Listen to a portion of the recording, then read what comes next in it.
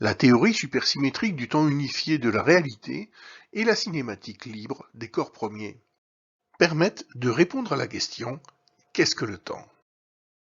Avant de vouloir réenchanter le monde, il faut comprendre le sujet que touche le troisième élément de la cinématique des corps. Je veux parler du temps. Après 1905, le temps est remplacé par la notion de durée, puis par la notion d'espace-temps. Car en découvrant l'inframonde, la physique constate que la nature ne fonctionne pas comme on le voit autour de nous. En effet, la loi de composition des vitesses dans le train d'Einstein, par exemple, où on additionne la vitesse du passager à la vitesse du train, où on la retranche si le passager va dans le sens inverse du train, elle ne fonctionne plus. Puisque la lumière a une vitesse fixe, elle ne peut donc plus s'additionner avec la source. On constate également que, par exemple, deux horloges atomiques parfaitement synchronisées se désynchronisent dès lors que l'une d'elles passe à un niveau supérieur ou inférieur. Un autre exemple, deux individus qui se séparent, l'un allant en ligne droite et l'autre faisant un triangle, ne peuvent plus jamais se rejoindre dans le même temps. Et troisième exemple, l'expérience qui a tranché 2500 ans de questionnement philosophique d'Alain Aspect en 1981 dit que quand deux particules intriquées se sont séparées, il est strictement impossible et même interdit par la science technique que la valeur de 2 fois racine carrée de 2 puisse faire partie d'une quelconque solution à la Einstein, puisque le résultat viole les inégalités de John Bell, édictées en 1964, qui doivent forcément être comprises entre moins 2 et plus 2.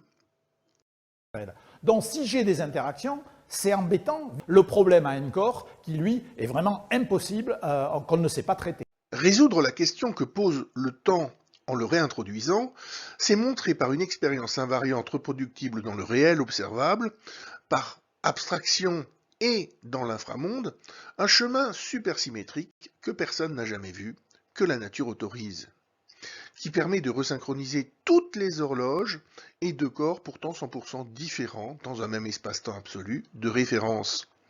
Expert en analyse et méthode, logicien, je vais tenter l'impossible pour vous transmettre l'impensable passage que j'ai découvert entre deux géométries incompatibles il y a 6 ans, en donnant un sens différent à la valeur pivot d'un aspect, permettant le retour du progrès et de la lumière dans le monde. L'image du dernier tutoriel avec deux chutes différenciables a montré l'émergence d'un subtil point fixe à partir duquel un Galiléen sait dire si le bateau bouge ou pas, même enfermé. Je vais vous présenter le mécanisme caché de la cinématique des corps premiers qui détermine à combien de pas du réel et du vrai nous sommes.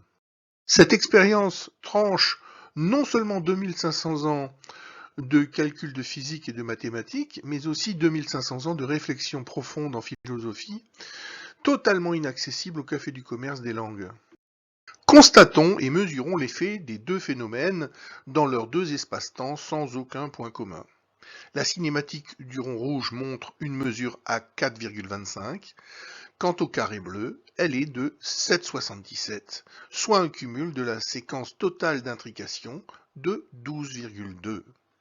Pour constater la magie de la nature et vous représenter ce que défend la science par rapport à la réalité totale grand T que j'avance, je vous invite à mentalement multiplier la valeur invariante rouge par 2 fois racine carrée de 2, en même temps que tombe devant vos yeux librement la cinématique du carré bleu dans les plis spécifiques de son monde, pour s'additionner sans biais au sol.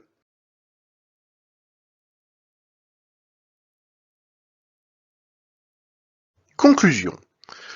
Premièrement, si la science veut être moderne, elle doit alors accepter de traduire par équivalence, comme toutes les autres langues. Car contrairement à l'apparence, les deux réalités le sont bel et bien, et sont additionnables. Synchroniser toutes les horloges différenciables, même celles 100% asynchrones, est possible. Un point fixe permet de commuter le discret et le continu sans biais dans le monde réel. En interdisant la valeur pivot, cette science a acté son incompétence au-delà de 1,5.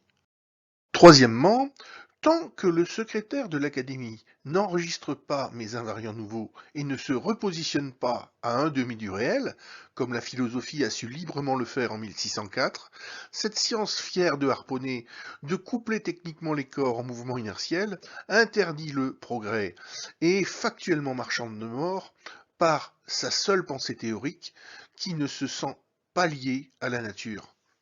Au prochain conflit mondial, qui sera ultra-technologique, elle aura de sales comptes à rendre et sera indéfendable.